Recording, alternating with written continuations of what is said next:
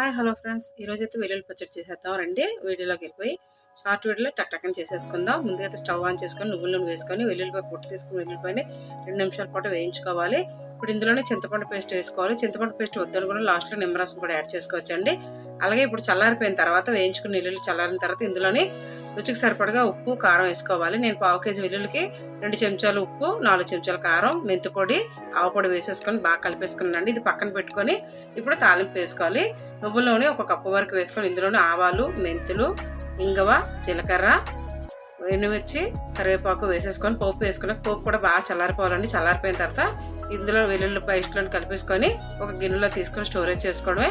తర్వాత మనం గాజెస్లో కానీ డబ్బాలో కానీ స్టోరేజ్ చేసుకుని ఉంటే ఈ నిల్వ పచ్చడి మనకి సంవత్సరం పాటు నిల్వ ఉంటుందండి. అలాగే అన్నంలో కూడా కలుపుకొని తింటే టేస్ట్ చాలా బాగుంటుంది. అప్పటికప్పుడు చేస్తుంది అన్నం కలుపుకున్నాను. పచ్చడి అయితే రెడీ అయిపోయింది. నచ్చింది అనుకుంటే లైక్ చేయండి. వీడియో డిస్క్రిప్షన్ ఇస్తాను చూడండి. బాయ్.